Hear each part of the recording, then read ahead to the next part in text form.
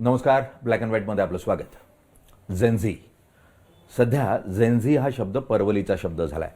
अगदी कॉर्पोरेट जगतातल्या बोर्डरूमपासून तर संसदेच्या आवारापर्यंत सध्या प्रत्येकजण चर्चा करतोय ती झेनझीची आणि त्यांच्या बिहेवियरल पॅटर्नची. सोशल मीडियात ज्या स्वरूपामध्ये एक नारा दिला गेला भारत सरकारच्या विरोधातला, भाजपच्या विरोधातला, आणि त्यातून CJP नावाचा एक पक्ष समोर येताना पाहायला मिळाला. त्यातून जे घडलं ते तुम्हाला सर्वांना ठाऊक आहे.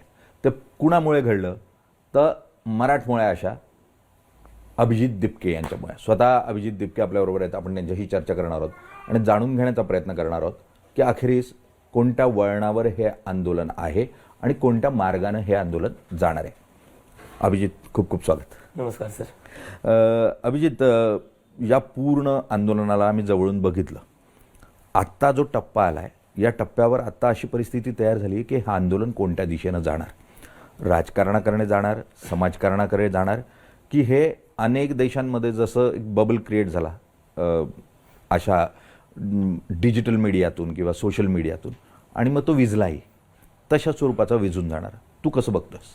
सर, आमचं जे आहे ते आम्हाला असं वाटतं की हे एक पॉलिटिकल प्रेशर ग्रुप असला पाहिजे. ओके. कारण की काय ना, पॉलिटिकल प्रेशर ग्रुप, कारण याचं कारण असं आहे की जेवढे आंदोलनात लोक आले त्यांच्याशी मी रोज बोलत होतो, रोज समजून घ्यायला प्रयत्न करत होतो की या लोकांच्या मनात काय चालू आणि कशामुळे येत आहे. तर त्यात मला एक असं जाणवलं की आपल्या देशात जी सध्याची स्थिती आहे, मग ते आपण जर इलेक्शन पाहिलं, ज्युडिशरी पाहिली, मीडिया पाहिली, इलेक्शन कमिशन पाहिलं किंवा ED CBI पाहिले, हे जेवढे एजन्सीज आहेत किंवा इन्स्टिट्यूशन्स आहेत किंवा गव्हर्नमेंट किंवा असत नाही किंवा पॉलिटिकल पार्टीज किंवा असत नाही, लोकांचा कशावरच भरोसा नाही राहिलाय.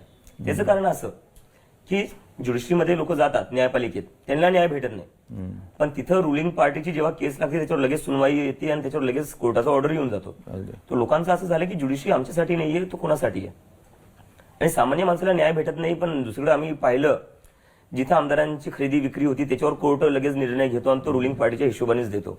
त्याच्यामुळे ज्युडिशरीवर एक मोठा प्रश्नचिन्ह निर्माण झालेला अशा वेळेत. दुसरी गोष्ट म्हणजे जी सगळ्यात मोठी खंत लोकांना ती आहे ती इलेक्शन होतात, आम्ही मत देतो, पण 3 दिवसानंतर सरकार दुसरं कोणाचीच बनते, आम्ही ज्याला मत दिलं त्याची नाही बदलत. आणि ज्या आमदाराला खासदाराला आम्ही मत देतो तो आज रात्री या पक्षात असतो, उद्या सकाळी उठलं की दुसऱ्या पक्षात असतो. आणि ED CBI हे करप्शन संपवण्याच्या जागी ज्या लोकांना पार्टी बदलायची त्या लोकांची मदत करते. आणि मीडिया जी आहे ती मीडिया आता लोकांचा आवाज बनवून राहिलेली नाही. सगळ्या लोकांना असं वाटतं की मीडिया फक्त हिंदू मुसलमानचं जे डिबेट आहे ते करते आणि कुठे ना कुठे व्यक्तिपूजेमध्ये लागलेली पंतप्रधानाच्या.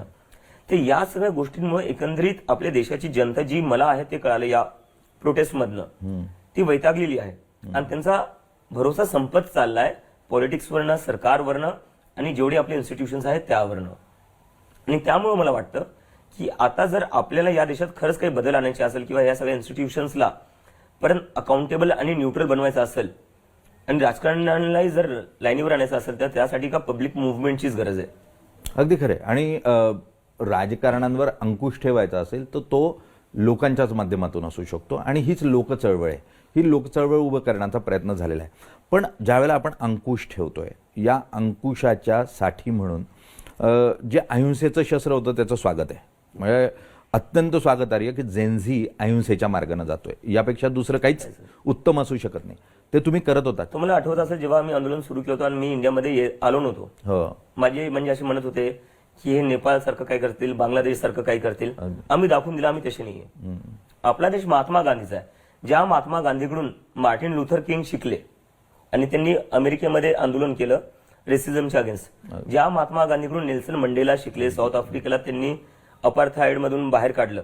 जर सगळा देश आपल्या महात्मा गांधींकडे बघतो तर आपल्या देशातले लोक का दुसऱ्यांकडे बघतील? आपल्याकडे आहे ना एवढा मोठा वारसा. अगदी ही भूमी जी आहे ती महात्मा गांधींची आहे हे पुन्हा एकदा सिद्ध होताना पाहायला मिळत आहे. मात्र या पूर्ण परिस्थितीमध्ये अहिंसात्मक आंदोलन झालं, त्यात थोडीफार हिंसाही झाली.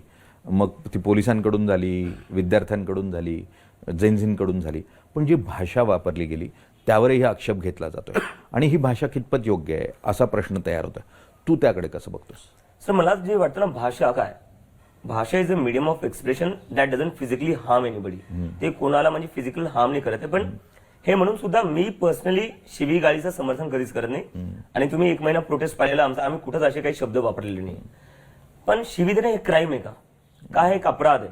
अपराध नाही शिवी देणं. ते मॉरली एथिकली बरोबर आहे, चुकीचं आहे, ते तुम्ही डिबेट करू शकता. पण तो एक क्राईम नाही ज्याच्यावर तुम्ही FIR लावू शकता. जर तुम्हाला शिवीगाळीवर FIR करायला लागली, त्या देशातल्या प्रत्येक माणसावर FIR लागेल सर. आपल्या देशात कोणाचा माणूस आहे ज्यांनी आजपर्यंत शिवी नाही दिलेली आहे? अगदी खरं. माझे स्वतःचे आजोबा सकाळी उठल्या शिव्या द्यायचे. आणि तेच आता ते तर सोडा, पार्लमेंटमध्ये रमेश बुद्धीने काय शब्द वापरला होता एका दुसऱ्या मेंबर ऑफ पार्लमेंटसाठी? योगी आदित्यनाथनी एका ANIच्या कॅमेरा पर्सनसाठी शिवीगाळ केलेली होती.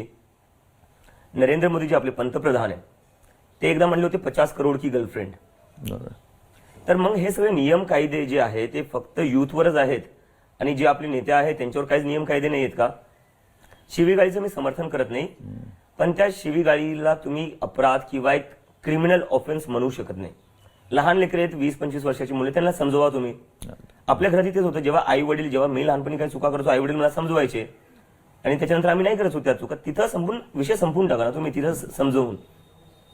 तुम्ही क्रिमिनल ऑफेन्स म्हणून ज्या लहान मुलांना हॅरॅस करताय एवढी मोठी मशिनरी घेऊन, म्हणजे विचार करा, एका 24-25 वर्षाची मुलगी चुकीने निघाला असेल त्याच्याकडून शब्द आणि ती माफी मागेल, संपून टाका विषय.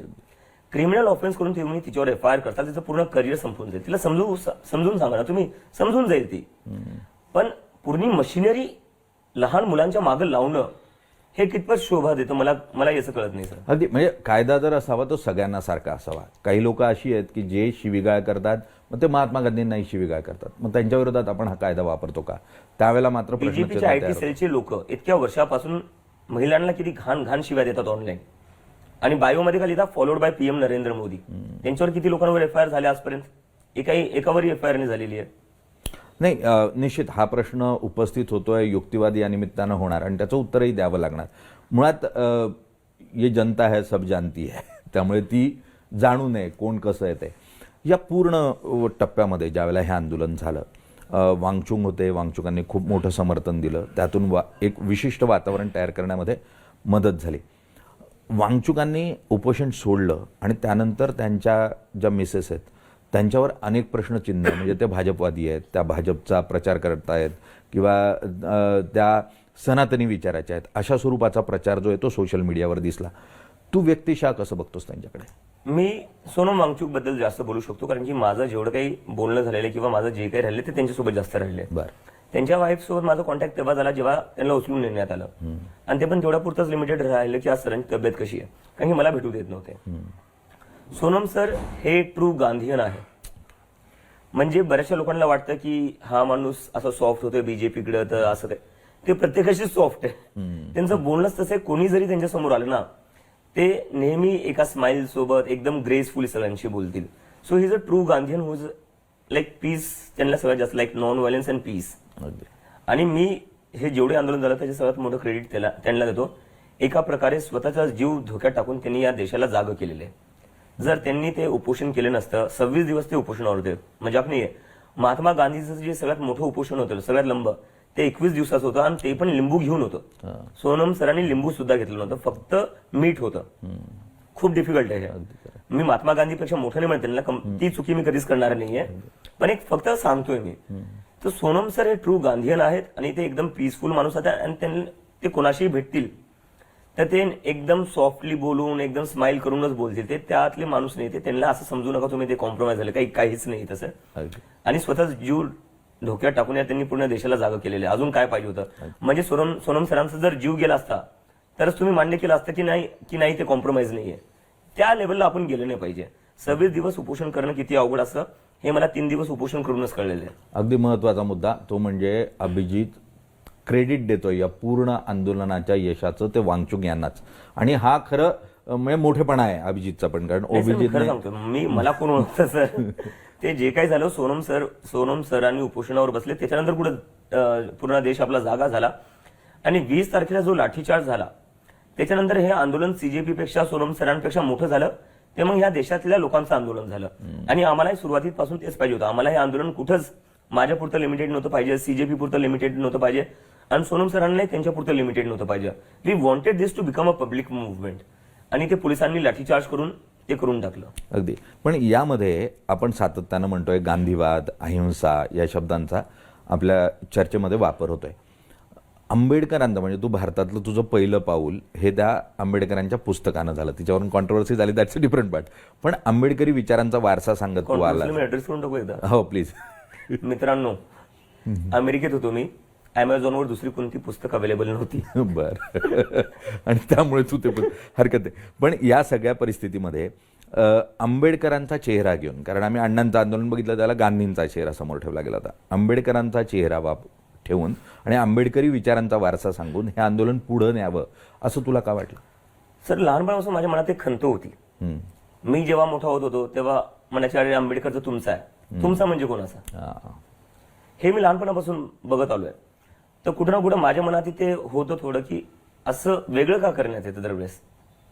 तर त्यामुळे मला आता एक मीडियम भेटलं होतं, एक प्लॅटफॉर्म भेटलं होतं. त्या मीडियम प्लॅटफॉर्ममधनं मला सांगायचं होतं लोकांना, आंबेडकर हे एका समाजाची नाहीये, आंबेडकर ह्या पूर्ण देशाचे. आणि दलितांपेक्षा जास्त आंबेडकरांनी कोणासाठी काही केलं असेल तर ते महिलांसाठी केलेलं आहे.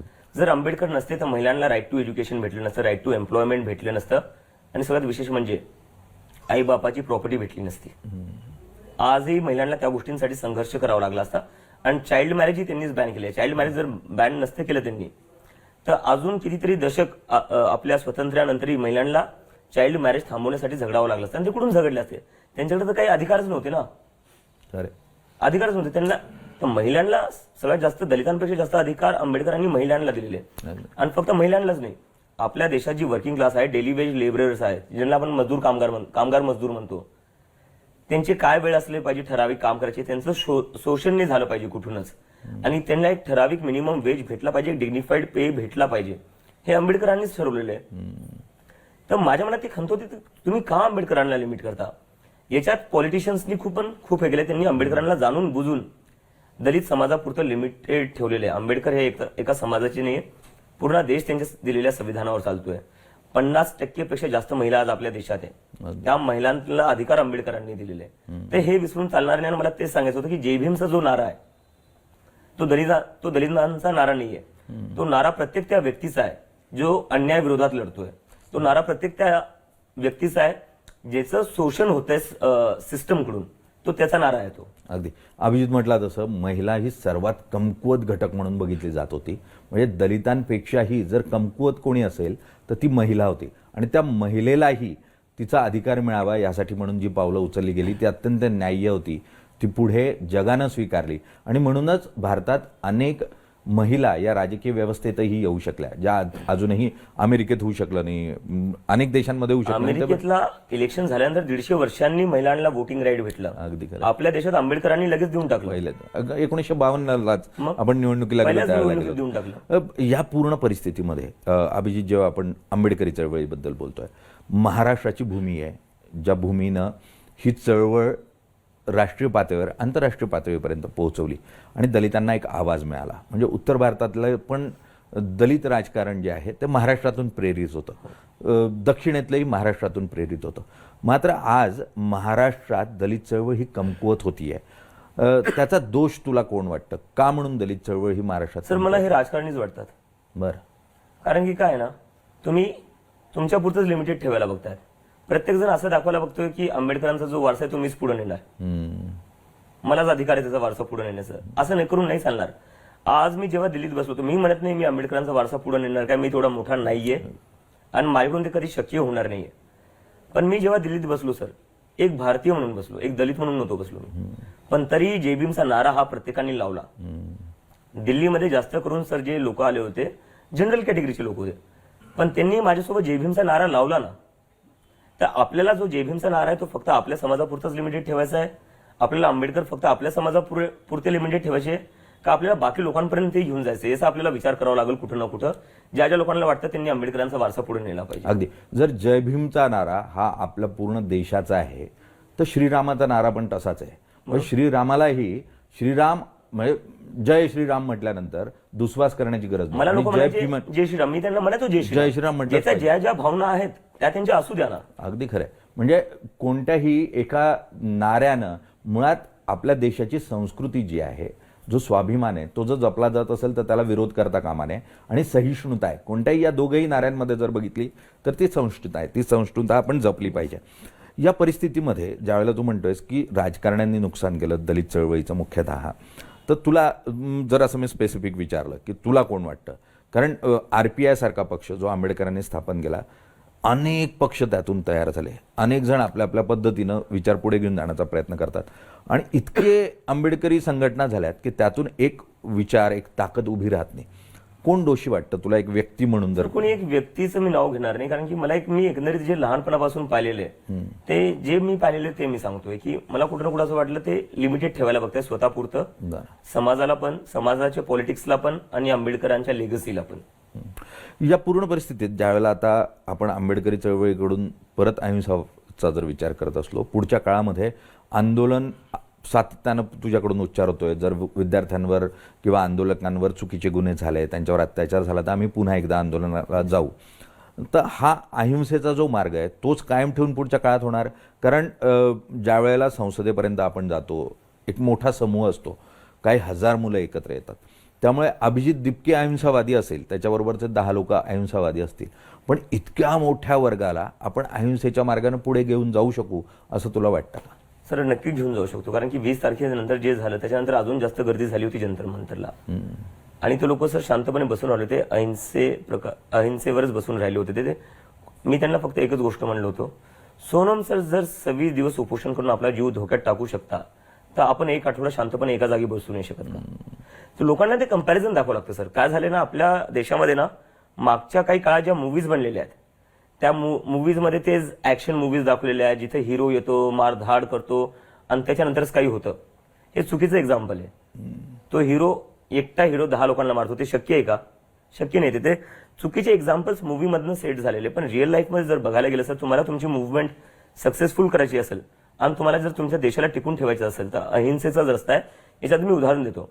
भारतासोबत अजून किती देशांना इंडिपेंडन्स भेटलं? क्युबा एक देश होता, काय झालं त्या देशाचं? हुकुमशाही. कशामुळं? रेव्होल्युशन कशाने आलं? बंदुकीने आलं, हिंसेने आलं. रशियाचंही स्टालिननी जेव्हा केलं ते हिंसेनेच केलं. काय झालं? डेमोक्रेसीने राहिली. आपला एक मात्र देश असा, मी अजून एक्झाम्पल देऊ शकतो बाकी देशात, बरेच देश आहेत. आपला एक मात्र देश आहे जो अहिंसेच्या रस्त्यावर चालला आणि त्याच्यामुळे आपल्या देशात डेमोक्रेसी आली. जेव्हा जवाहरलाल नेहरू पंतप्रधान झाले, कोण विचारणार होतं त्यांना? जर त्यांनी हुकुमशाही केली असती तर कोण होतं समोर? कोणीच नव्हतं. काय इलेक्शन घ्यायची गरज होती? लोकांना तेव्हा वोट काय असतं, मताचे अधिकार काय असतात तेही माहिती नव्हतं. या अशी स्थिती होती आपल्या देशाची. आपला देश अत्यंत गरीब होता, खायला नव्हतं आपल्या देशाकडे. त्यावेळेत जवाहरलाल नेहरू यांनी ठरवलं की आपला देश जो आहे तो लोकशाही राहणार आणि मी स्वतः इलेक्शनला जाणार. ते जर इलेक्शनला नसते गेलं तर कोणी काय बिघडलं असतं त्यांच्याकडे. तसं सगळ्यात मोठी जे आज नरेंद्र मोदी करायला बघतायत ना, की ऑथॉरिटेरियन रिजिम एक असली पाहिजे जिथं एकाच माणसाने सगळं कंट्रोल केलं पाहिजे, त्याची सगळ्यात मोठी ऑपॉर्च्युनिटी जी होती ती जवाहरलाल नेहरूकडे होती. कारण की तेव्हा ऑपोजिशन नव्हतं, तेव्हा इलेक्शन नावाची गोष्ट नव्हती.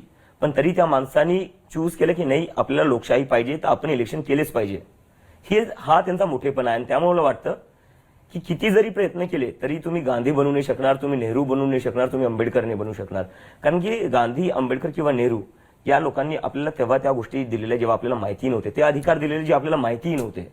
अगदी खरंय. गांधी, नेहरू, आंबेडकर पुन्हा होणे नाही आणि कोणी होण्याचा प्रयत्न केला तरीही त्या उंचीपर्यंत ते पोहोचू शकणार नाही, हे तितकंच त्रिकलाबाधित सत्य आहे. पण या पूर्ण परिस्थितीमध्ये मग महात्मा गांधींबद्दल ज्या स्वरूपाचे शब्द वापरले जातात, नेहरूंबद्दलही वापरले जातात, काही ठिकाणी आंबेडकरांबद्दल पण वापरले जातात आणि मुळात हा विचारच कसा मुळासकट संपवून टाकला जाईल असा एक वर्ग आहे जो यावर काम करत असतो. तर हा विचार जर जिवंत ठेवायचा असेल तर जेनझीने काय करायला हवं? मला वाटतं सर, मी जेवढं जेनझीला बोललोय, मला वाटतं जेनझीने खूप वाचलंय महात्मा गांधी, नेहरू, आंबेडकर यांना आणि त्याच जास्त आंबेडकरांना. आणि याच्यात मुली जास्त आंबेडकरांना वाचताय जेनझी मधल्या. I have to give them that. म्हणजे मी सॅल्यूट करतो. माझं जेवढे मुलींसोबत बोलणं झालेलं आहे त्यांना माहिती आहे आंबेडकरांच्या व्हॅल्यूज काय होत्या, त्यांना माहिती आहे आंबेडकरांनी त्यांच्यासाठी काय केलेलं आहे. याच्या आधीचा जो वर्ग होता, सोशल मीडिया थोडं प्रॉमिनंट नव्हतं, आपण जेही शिकतो शाळेत शिकतो, आणि मी ज्या शाळेत शिकलेलो आहे किंवा आंबेडकरांना कुठं जास्त शिकवण्यात नाही आलेले. आपल्या देशाच्या शिक्षण व्यवस्थेत कास्टिझम आणि आंबेडकरवर जास्त शिकवण्यात नाही येते. फक्त discriminating on the basis of caste is bad एवढं बोलण्यात येतं. पण कास्टिझम नक्की आहे काय ते कोण सांगणार? अमेरिकेत रेसिझमवर लहान मुलांना सुरुवातीपासूनच सांगतात की रेसिझम कशा प्रकारे होतं. ते का सांगणं गरजेचं आहे कशा प्रकारे होतं? कारण की कोणाकडून चुकीने सुद्धा नाही झालं पाहिजे. आपल्या इथं काय लॉजिक दिलं जातं की आपण जर जातीवर शिकवलं तर जातीभेद वाढेल. तुम्हाला मुलांना एक्सप्लेन करावं लागेल जातीवाद काय असतो, कशा प्रकारे होतो आणि का नाही केला पाहिजे, आणि केला तर त्याचा दुसऱ्यावर काय परिणाम पडतो. आपल्या इथं ते सांगतच आहे. अगदी त्या स्वरूपाचा संस्कार देणं गरजेचं आहे. तो संस्कार मुळात घरातून येतो Yes. आणि घरातच जर जातीवाद असेल तर तो बरोबर. मुलांमध्ये येणारच. ऑटोमॅटिक येतो आणि त्यातून तो समाजात पण येतो, मग तो देशात येतो. त्यामुळे संस्कार हा मुळात घरापासून सुरू झाला पाहिजे. तो जर घरातून सुरू झाला तर मग त्याचा एक विचार असतो जातीभेदाचा, तो नष्ट होऊ शकतो. या पूर्ण परिस्थितीमध्ये अभिजित चळवळ उभी राहिली, एक मोठा प्रतिसाद मिळाला आणि अभूतपूर्व असं वातावरण पाहायला मिळालं. आणि या अभूतपूर्व अशा वातावरणामध्ये तुझ्या मागे कुणीतरी आर्थिक ताकदीनं फंडिंग करतंय. मग ते परदेशातून फंडिंग होतंय, तू बाहेरून आलायस, तोच मुळात एका मोटिव्हने आलायस आणि हे सरकार अस्थिर करण्यासाठी, अराजक माजवण्यासाठी भारतात आलाय, असा तुझ्यावर थेट आरोप होतोय. सर, आरोप काय लावताय? एक तर तुम्ही ईडी सीबीआय आहे, तुम्ही जसे पाठवता माझ्या इथे पाठवून घ्या, माहिती करून घ्या किती परदेशातून फंडिंग आले. आणि मला असं वाटतं जर परदेशातून फंडिंग येत असेल किंवा मी परदेशातून कंट्रोल होतोय तर हे सगळ्यात मोठं फेलियर मग होम मिनिस्टर अमित शहाचं आहे. चाणक्य असताना कसं काय कुठून बाहेरची ताकद भारतात असं काय करू शकते? ते क्लिअर कट त्यांचं फेलियर आहे. मग पण हा पण एक आरोप लावला जातो की ठीक आहे, बाहेरून ताकद नसली तर तुला आतून विरोधी पक्ष जो आहे तो तुझ्या मागे उभा राहतो आणि विरोधी पक्ष तुला ताकद देण्याचा प्रयत्न करतो. मग राहुल गांधींनी पंतप्रधानांच्या दारासमोर बसणं असेल किंवा संसदेमध्ये ज्या पद्धतीचं वातावरण झालं आणि त्यातून तुमच्या आंदोलनाला जास्तीत जास्त सरकार विरोधी धार देण्याचा प्रयत्न होता. सरकार विरोधी तो आंदोलनच होतं, कारण की सरकारमुळेच पेपर फुटी झालेली आहे, सरकारमुळेच 20पेक्षा जास्त मुलांची आत्महत्या झालेली आहे. आणि 20 तारखेचा जो ऑर्डर होता लहान मुलांना मारायचा, त्यांचे डोकं फोडायचं, 12-12 वर्षाच्या मुलींचे डोके फोडण्यात आलेली आहे, कपडे फाडण्यात आलेले, मेल पोलीस ऑफिसर्सनी मुलींचे कपडे फाडून त्यांना मारलेले. तर हे सरकारच्याच ऑर्डरवर झालेलं आहे. तर सरकार विरोधात आमचं आंदोलनच होतं. पण आता सरकार ज्यांची आहे त्यांच्याशी आमचं काही पर्सनल भांडण आहे का? उद्या तुम्ही नसाल, तुमच्या जागी दुसरं कोणी येऊ, आम्ही त्या सरकार विरोधात आंदोलन करू, त्याच्यात काय? अगदी खरं. पण मग या परिस्थितीमध्ये राहुल गांधींशी बोलणं झालं का कधी? नाही, त्यांच्याशी बोलणं नाही झालं. त्यांचा फोन किंवा नाही, त्यांचा फोन झाला. त्यांच्या पार्टीचे लोक आले होते जंतर मंतरवर आणि ते म्हणले होते की आम्ही आंदोलनाला समर्थन करतो, जसं इतर पक्षांनी केलं. आम आदमी पार्टी, शिवसेना झालं, समाजवादी पार्टी झालं, टीएमसी झालं. तुझ्यावर आणखी एक आरोप होतो, तू केजरीवालांच्या म्हणजे तू आप पक्षाशी काही जुन्या काळामध्ये काही काम केलेलं आहे आणि त्यामुळे तुझ्यावर एक आरोप होतो की तो आपचा छुपा स्लीपर सेल आहेस, तो आपचा, आणि त्यासाठी म्हणून तू या स्वरूपाचं आंदोलन जे आहे ते केलंस आणि ते यशस्वी केलंस, कारण तुला ते मॉडेल माहिती होतं. तर तो आपचा हस्तक आहे हा जो आरोप होतो. नाही, तसं जर असं असतं सर तर मी माझे ट्विट डिलीट केले असते सगळ्यात आधी. मी माझं एकही ट्विट डिलीट नाही केले. राघव चड्ढांनी जसं केलं होतं ना, मी तसं केलं असतं. मी तो गोष्ट लपवून ठेवली असती ना. पण मला वाटतं मी मराठी माध्यमांना जेव्हा सगळ्यात पहिला इंटरव्ह्यू दिला, मला कोणीच विचारलं नव्हतं, कारण की तुमच्या कोणालाच अभिजित दिपके कोण हे माहिती नव्हतं तेव्हा. तेव्हा मी स्वतःहून सांगितलं की मी आधी 2-3 वर्ष आम आदमी पक्षासोबत काम केलेलं आहे आणि मी ते लपवलं नाही. मला जर काही छुप्या अजेंडाने काही करायचं असतं तर सगळ्यात आधी मी ती गोष्ट लपवली असती. इंटरनेटवरनं माझं सगळं फुटप्रिंट डिलीट करून टाकलं असतं, कोणाला काय कळालं असतं. पण एक होतं की मला प्रामाणिक राहायचं होतं जनतेसोबत. जर मी प्रामाणिक नसेल तर मी दुसऱ्यांना कोणत्या गोष्टीवर शिव्या घालू, तेच आहे ना. आणि दुसरी गोष्ट सर, आम आदमी पक्षासोबत काम केलेलं. आम आदमी पक्ष काय एखादी टेररिस्ट ऑर्गनायझेशन नाहीये. याच देशातला पक्ष आहे, इलेक्शन लढतो, त्याच्यासाठी मी काम केलेलं आहे. ते क्राईम नाही सर. जर मी आज 30 वर्षाचा आहे, 30 वर्षाचा जो युवक आहे तो साहजिकपणे आजपर्यंत कोणत्या ना कोणत्या पक्षाशी अलाइंड असेल, सपोर्ट करत असेल किंवा मत दिलं असेल किंवा कुठे ना कुठे मदत केली असेल. मी तेच केलेलं आहे. जर तुम्ही 30 वर्षाची होईपर्यंत जर तुम्ही पॉलिटिकली अवेअर नसाल किंवा अजिबात पॉलिटिकल नसाल, हे देशासाठी खूप घातक आहे. जे लोक म्हणतात ना आय एम ए पॉलिटिकल होणं ही काही गर्वाची गोष्ट नाहीये. तुमच्या घरात जे डाळ भात येतं ना ते पण पॉलिटिशियन्सच ठरवतात. तुम्ही जे टूथपेस्टनी ब्रश करताना सकाळी त्याचे रेट पण पॉलिटिशियन्सच ठरवतात. ते हे आय एम ए पॉलिटिकल गर्वानी बोलू नका, ही लाज वाटायची गोष्ट. You have to be political, you have to be politically aware. कारण की तुमचाच देश आहे. तुम्ही उद्या काय म्हणून शिव्या घालसाल मग की या देशात सगळं वाईटच आहे. वाईट याच्यामुळे कारण की तुम्ही लोक लक्ष देत नाही. अगदी खरंय. मुळात तुम्हाला स्वतः मैदानात उतरावं लागेल. म्हणजे तो चिखल साफ करायचा असला तर अशा कोपऱ्यावर उभं राहून तो सापवू शकत नाही, त्यासाठी उतरावं लागेल. आत्ता झालं तुला मी काँग्रेसबद्दल विचारलं, आपबद्दल विचारलं, आणखी एक आरोप होता तुझ्यावर, आणि तो म्हणजे की तू भाजपची बी टीम आहेस म्हणून. अरे बापरे, याच्यावर तर अमित शहाही हसत असतील आता. नाही, पण आत्ता जे तुझ्या बरोबर आहेत ना, अगदी जे शिवसेना तुझ्या बरोबर आहे, त्या शिवसेनेच्या नेत्यांनी आरोप केला होता की अभिजित हा भाजपची बी टीम आहे, अगदी सुरुवातीला. हा, तर म्हणजे त्यांनाही संभ्रम होता तुझ्याबद्दलचा की तू खरोखर विचाराच्या चळवळीच्या रूपानं आलायस की भाजपनं पेरलेला असा एखादी जेन्झी आहे. तर हे तू ऐकलं होतंस का, आणि त्यावर तुझी काय प्रतिक्रिया होती? नाही सर, मी याच्यावर एक क्लॅरिफिकेशन देऊन टाकतो. मी देशात का आलो याचं मी मेन कारण सांगतो. जेव्हा मी अमेरिकेत होतो, आमचं ट्विटर अकाउंट बॅन करण्यात आलं सरकारकडून, आणि ते बॅन करताना जे शब्द वापरले गेले, नॅशनल सिक्युरिटी थ्रेट, मला ती गोष्ट खूप लागली सर.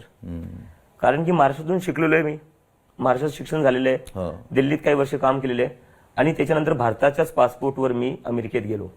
तिथं जे मला लोक ओळखत होते, माझे कॉलेजची लोक असो, माझे तिथे जे अमेरिकन मित्र होते, ते मला भारतीय म्हणून ओळखतात. त्यांना काय माहिती बाकी काय, ते मला एक भारतीय म्हणूनच पहिले बघतात ना. नाहीतर तेच मी तिथं ऍज अन इंडियन गेलेलो, आणि मला माझ्याच देशाची सरकार नॅशनल सिक्युरिटी थ्रेट बनते, तिथे मला लोक काय म्हणून बघतील मग? तिथं आधीच आमच्यासोबत रेसिझम होतं, आणि तिथं आमच्याच देशाची सरकार आम्हाला, ज्या पासपोर्टवर आम्ही गेलेलो आहे, तेच आम्हाला नॅशनल सिक्युरिटी थ्रेट बनतात. तर ती गोष्ट मला कुठं ना कुठं लागली होती खूप, आणि म्हणलं आता तर मला माझ्या देशात वापस यायचंय, आणि मी येऊन वापस येईल, मी बोलेल तुमच्या विरोधात, आणि मी बोलून दाखवेल आंबेडकर आणि गांधींच्या विचारांवर, आणि मी नॅशनल सिक्युरिटी थ्रेट नाही मला हे सांगायचं होतं.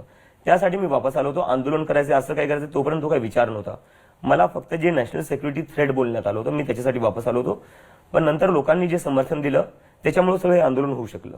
अगदी मुळात एखाद्या सच्च्या देशभक्ताला किंवा भारतीयाला जर कुणी असं म्हणत असेल की तुम्ही देशासाठी अत्यंत धोकादायक अशा स्वरूपाचं व्यक्तिमत्व असाल, तर त्यातून जो धक्का बसेल किंवा जो एक इमोशनल अशा स्वरूपाचा ट्रोमा असेल, तो आपण अभिजितच्या चेहऱ्यावर बघू शकतो.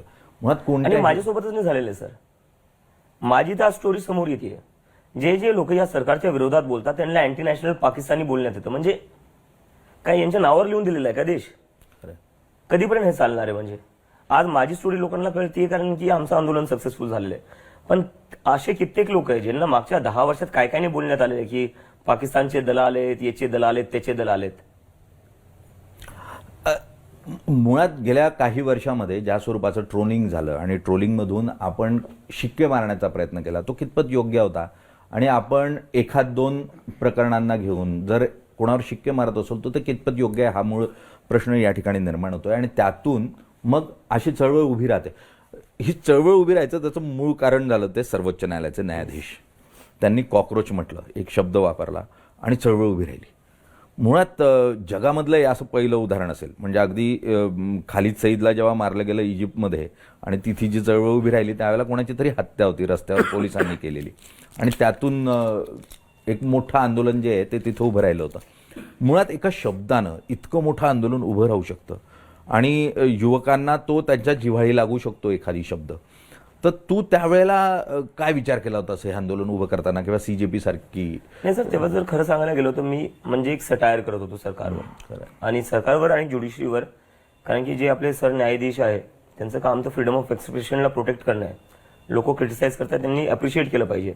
पण ती उलटी गोष्ट करत होते. जे लोक क्रिटिसाइज करत होते सरकारला किंवा सिस्टमला, त्यांना म्हणत होते तुम्ही कॉक्रोच सारखे, पॅरासाइट सारखे, त्यांच्याकडे कामधंदे नाही आहेत, त्यांचे हे काही शिकलेले लोक नाही आहेत, आळशी लोक आहेत. तर तेही कुठं ना कुठं म्हणजे असं वाटलं की काय चालू आहे. चीफ जस्टिस ऑफ इंडियाचं तर काम आहे फ्रीडम ऑफ एक्सप्रेशनला प्रोटेक्ट करणं, आणि तोच व्यक्ती कसं काय लोकांना इन्सल्ट करू शकतो, क्रिटिसाइज, कारण की त्यांनी सरकारला प्रश्न विचारला किंवा सिस्टमला क्रिटिसाइज केलं म्हणून. तर त्यामुळे मी त्याच्यावर एक सटायर म्हणून मी तो एक हे केलं की कॉक्रोच जनता पार्टी आम्ही स्थापन करतोय, आणि या पक्षात तुम्हाला सामील व्हायचं असेल तर तुम्हाला त्याच गोष्टी असाव्या लागतील जे चीफ जस्टिस ऑफ इंडियाने यूज केल्यात इन्सल्ट करण्यासाठी. तुम्हाला आळशी असावं लागेल, तुम्हाला बेरोजगार असावं लागेल, तुम्हाला ऑनलाईन रॅन्ट करता आला पाहिजे, अशा प्रकारचं आम्ही केलं. आणि मला वाटतं कुठं ना कुठं त्यांनी इमॅजिनेशन कॅच केली ज्या युवक आहे या देशातले ते, कारण की या देशातला युवक ऑलरेडी खूपच जास्त फ्रस्ट्रेटेड होता या सरकारसोबत. आणि जर वाटत असेल हे आताच दिसून आलं, 2024ची निवडणूक आपण लक्षात घेतली पाहिजे. तिथं मेजॉरिटीच्या खाली येण्याचं कारण तेच होतं. लोक कुठं ना कुठं नाराज होती. तर लोकांना आता एक आउटलेट भेटलेला आहे. या पूर्ण आउटलेटमधून याच्यानंतर एक टप्पा आला आता की तो E20च्या विरोधात अशा स्वरूपाचं एक जनआंदोलन उभं राहील असं वाटायला लागलं. आता EVMच्या विरोधात काही जण म्हणतायत. तर तू कसं बघतोस की अशा वेगवेगळ्या विषयांना घेऊन अशा स्वरूपाची आंदोलनं उभी राहिली तर ज्या उद्दिष्टापर्यंत आपल्याला पोहोचायचे तो पोहोचता येईल का? सर, पोहोचता येईल का नाही ही खूप नंतरची गोष्ट आहे. आपण त्याच्यातनं विचार केला पाहिजे की पोहोचता येईल का नाही येईल. कारण की मी खरं एक गोष्ट सांगतोय, राजीनामा यायच्या एक रात्र आधी मला नव्हतं माहिती राजीनामा येणार आहे. मला खूप पत्रकारांनी फोन केलं होतं त्याच्या एक रात्र आधी. माझी एक फ्रेंड पण आहे, तिने कॉल केला होता मला. म्हणे काय वाटतं तुला राजीनामा येणार आहे का? मी तिला म्हणतो नाहीये, मला काय माहिती नाही राजीनामा येणार की नाही. आणि म्हणलं जर व्हायचाच असता तर आतापर्यंत झाला असता, तर कदाचित होणार पण नाही. मग ती मला म्हणली का बसून राहतोय, मग किती वेळ बसून राहणार. म्हणलं राजीनामा येऊ का न येऊ, आम्ही लढणार आहे आणि लढलं पाहिजे, आम्हाला हा मेसेज द्यायचा आहे. ते E20 असो EVM असो, मी त्यावर तेच म्हणेल. पुढे काय होईल आपण त्याच्यात आता विचार करायला नको. कारण की हे ज्या प्रकारचं सरकार आहे, या सरकारला झुकवणं सोपं काम नाही आहे. खूप मेहनत घ्यावं लागते आणि खूप लंबा संघर्ष करावा लागतो. पण जर तुमच्या मनात असं येत असेल की सक्सेसफुल होणार नाही म्हणून आपण काय केलं नाही पाहिजे, तो विचार नका करू. सध्या देशाला जी गरज आहे, देशाला ही गरज आहे की कोणीतरी लढतंय हे दाखवायची गरज आहे. आणि जर देशाला ते दिसून आलं तर तुमच्यासोबत लोक उभा राहतील, जशी आमच्या सोबत उभा राहिली आहे. आणि मी कुठूनच नाही म्हणते की फक्त आम्हीच प्रत्येक इश्यूवर लढलो पाहिजे किंवा आमच्याच मुवमेंटनी सगळ्यांना समर्थन द्या. प्रत्येक माणसाची जिम्मेदारी आहे की त्यांनी आपल्या आपल्या प्रकारे काही ना काही आता केलं पाहिजे. कारण की आता देशाच्या पब्लिकला पुढे यावं लागेल. तुझा जिव्हाळा आणि सामाजिक प्रश्नांबद्दल तुझ्या अतिवाशा भावनेनं बोलतोयस ते दिसतंय. पण या पूर्ण परिस्थितीमध्ये पुढचा जो टप्पा असेल तुझ्यासाठीचा, म्हणून तू ग्रॅज्युएट आहेस, परदेशात शिकलेला आहेस, बोस्टनसारख्या ठिकाणी शिकला आहेस, हायली इंटेलेक्च्युअल असल्याशिवाय तू तिथपर्यंत जाऊ शकला नसतास. मग अशा परिस्थितीमध्ये तुझं भविष्य काय? त्याचा विचार करतोय मी आता. त्याचाच विचार करतोय. कारण की माझ्यावर कर्ज एज्युकेशन लोन घेतलं होतं, थोडी स्कॉलरशिप भेटली होती, थोडं लोन घ्यावं लागलं होतं, तर आता लोन चुकवायचंय मला. तर त्याचा विचार करतोय मी की आता कन्सल्टन्सी काहीतरी करावं लागेल मला थोडीफार, जेणेकरून थोडं कर्जही मला फेडता येईल. आणि बाकी पूर्ण वेळ तर मला CGPलाच द्यायचा आहे. त्यामुळे एक रेग्युलर जॉब तर मी करू नाही शकणार. जर मी ते केलं तर मी CGPला पुढे येऊ नाही शकणार. आणि CGPमुळे आता जे रिझल्ट आलाय आमच्या आंदोलनाचा, त्याच्यामुळे आमची जिम्मेदारी तर वाढली, लोकांच्या अपेक्षाही खूप वाढलेल्या आहेत. दबावगट म्हणून CJP काम करेल असं तू सुरुवातीला म्हटलं. राजकीय दबावगट असेल आणि अशी दबावगट सगळ्या जगामध्ये प्रत्येक देशांमध्ये असतात, त्यात काही वावगं नाही. पण या दबावगटांमधून जो अंतिम उद्देश असतो, सरकार बदलणं किंवा व्यवस्था बदलणं आणि देश उभा करणं, सर्वात महत्वाचं आहे. व्यवस्था बदलून काय होणार नाही, देश उभं करणं आणि तो विकासाच्या मार्गावर घेऊन जाणं अत्यंत महत्वाचं आहे. तर कन्स्ट्रक्टिव्ह आणि डिस्ट्रक्टिव्ह अशा दोन स्वरूपाचं ची दबावगट असतात. तुझा जो दबावगट आहे हा डिस्ट्रक्टिव्ह होणार नाही, तो कन्स्ट्रक्टिव्ह होईल आणि त्यातून देशाच्या विकासाला हातभार लागेल. यासाठीचं विजन काय? सर, आता आम्ही त्याच्यावरच चर्चा करतोय. कारण की आता काय झालं, जसं मी तुम्हाला सांगितलं, आम्ही हे एका सटायर मधून सुरुवात केली होती. गंमत जम्मत म्हणून CJP सुरू झाला होता. पण देशाची स्थिती अशी होती की लोकांनी याला एक सिरियस मुवमेंट बनवलंय. आणि मला जे एक जाणवलं ते हे आहे की हे लोक सगळ्यात जास्त फ्रस्ट्रेटेड कशामुळे. एक तर शिक्षण व्यवस्था, बेरोजगारी दर. आपल्या देशात जेवढे बेरोजगार आहे त्याच्यापैकी 80% जे बेरोजगार आहेत ते डिग्री होल्डर्स आहेत. अगदी. आणि 60% लोक आपल्या देशात ही 35च्या वयाच्या खालची आहे. The majority of the people are young and 80% of the unemployed people are degree holders. आणि हे लोक बेरोजगार आहे. हा खूप मोठा मुद्दा आणि यांचं कोणी ऐकायला तयार नाही आहे. आणि ते जर आपण त्याच्यानंतर जर आपण पुढे पाहिलं, आताची जी इकॉनॉमिक स्थिती आहे देशाची ती अतिशय वाईट आहे. आपले सगळ्यांचे म्हणजे सर, तुम्ही मला वाटतंय तुम्ही 30-35च्या वयात सेटल झालं असाल. 30ला झालो. 30ला झाले तुम्ही. मी 30 वर्षाचा आहे. मी आज माझं घर नाही चालू शकत 30 वेळा. आणि अशी किती मुलं आहे जे 30 वर्षाच्या वयात सेटल नाही झालेले. तर हा एक तुम्ही चेंज बघताय तुमच्या वेळेपासून तर आजच्या वेळेपासून. अगदी खरं. तुमचा मुलगा 30व्या वर्षी सेटल नाही होणार. अगदी खरं. कारण की ज्या टाइमात तुम्ही झाले, तुमचं शिक्षण झालं, तुम्ही सेटल झाले, तेवढ्या पैशात तुम्ही सेटल होऊ शकले. अगदी खरं. पण आज महागाई एवढी वाढलेली आहे. अगदी खरं. आणि ऑपॉर्च्युनिटीज इतक्या कमी आहे की 30 वर्षात सेटल होणं नेक्स्ट टू इम्पॉसिबल आहे. अगदी. तर ह्या सगळ्या गोष्टी जर आम्ही पाहिल्या तर लोकांमध्ये एकंदरीत एक आहे की एवढी सगळी वाईट स्थिती असताना आमचं कोणी ऐकायला तयार नाही, आमच्याशी कोणी बोलायला तयार नाहीये. तर आम्हाला जे करायचंय ते स्वतःहून निर्णय नाही घ्यायचे. आम्हाला आधी लोकांना विचारायचं आहे की काय झालं पाहिजे, तुम्ही आम्हाला सांगा. त्यांची कंप्लेंट ही आहे की एवढे सगळे राजकीय पक्ष आहे पण आमच्याशी कोणी बोलतच नाही, आम्हाला कोणी विचारतच नाही आम्हाला पाहिजे काय. तर आम्हाला ते करायचंय.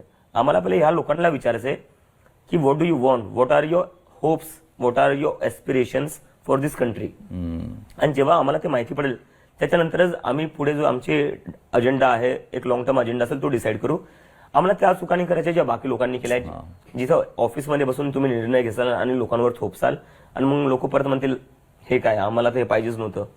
मग तुझ्याबद्दल ना एक असा ग्रह पण तयार होतोय की अण्णा हजारेंनी 2012ला आंदोलन केलं, 2014ला सरकार बदललं आणि अण्णा हजारे इनॅक्टिव्ह झाले. तसंच तू पण येशील, एका टप्प्यापुरतं राहशील, एखाद्या राजकीय पक्षाविरोधात विरोध करशील आणि पुन्हा बेपत्ता होशील, दिसणारच नाही कुठे गेला अभिजित, किंवा तो त्याच्या पद्धतीनं छोटं मोठं काम करत राहील आणि तुझंही अण्णा हजारे होईल, अशा स्वरूपाचं एक चित्र उभं राहतं. तर तू त्याकडे कसं बघतोस? सर मला वाटतं लेट द टाइम जज मी. बरं. कारण की मी आज काही जरी बोललो, आपण 3 वर्षानंतरची गोष्ट करतो जेव्हा सरकार बदलू शकते, तर तेव्हा मी काय करेल हे वेळ सांगेल आणि तुम्ही मला वेळेनुसारच जज करा. कारण की मी अजून पण लोकांना सांगेल, मला रातोरात तुम्ही हिरो बनवले ते बनवू नका, ते खूप चुकीचं. आंबेडकरी म्हणायचं hero worship is next to ते डिग्रेडेशन होऊन जातं समाजाचं, ते करू नका. आणि मी जे बोलतोय त्यावर जज न करता मी जे करल आणि वेळेनुसार मी कुठं कुठं जातो, काय काय करतो त्यावरनं जज करा. I think that will the best way to जज me rather than judging my words. अगदी. एखाद्या व्यक्तीला देवत्व देण्याचा प्रयत्न केला की मग त्यातला अहंकार जागृत होतो आणि अहंकार जागृत झाला की मग हुकुमशाही येते. आणि त्यामुळे सांभाळून कोणाला देवत्व द्यायचंय, कोणाच्या मागे जायचंय याचा विचार करा. या पूर्ण चर्चेमध्ये अभिजित मला एक आनंदाची बाब वाटली की तू अजूनही म्हणजे इतक्या मोठ्या यशानंतर पण तू जमिनीवर आहेस. आणि अभिजितमधला स्वाभिमान जो आहे तो जागृत असतानाही इगो मात्र अजून जागृत झालेला नाही. तो सगळ्यात महत्त्वाचा मुद्दा आहे. मुळात आणखी एक महत्त्वाचं म्हणजे तुमची जी पिढी आहे जेनझीची, त्या जेनझीकडे आम्ही मिलेनियल्स कसं बघतो, तर आम्हाला नेहमी वाटायचं की यांना कोणतंच अधिष्ठान नाही आहे, हे क्षणिक आहेत, यांना कोणाशीच आत्मीयता नाही आहे, यांना देशाशीही आत्महत्या नाही आहे. तुमच्या माध्यमातून ती आत्मीयता जाणवली. तू या जेनझीबरोबर काम करत असताना तुला असं वाटतं का की जेनझी या देशाला म्हणजे चीनसारखं राष्ट्र उभं राहिलं किंवा इतर जगातली जी अत्यंत आधुनिक राष्ट्र उभी राहिली त्या रस्त्यानं आपण जेनझीच्या माध्यमातून जाऊ शकतो? सर मला वाटतं ना, जी काही मोठी मंडळी आहे ती एक चूक ही करते जेनझींकडे बघताना. त्यांची जी भाषा आहे, त्यांचं जे वे ऑफ कम्युनिकेशन आहे, ते सिरियस गोष्टीवर जास्त बोलत नाही. याचा अर्थ हे नाही की त्यांना गोष्टी कळत नाही.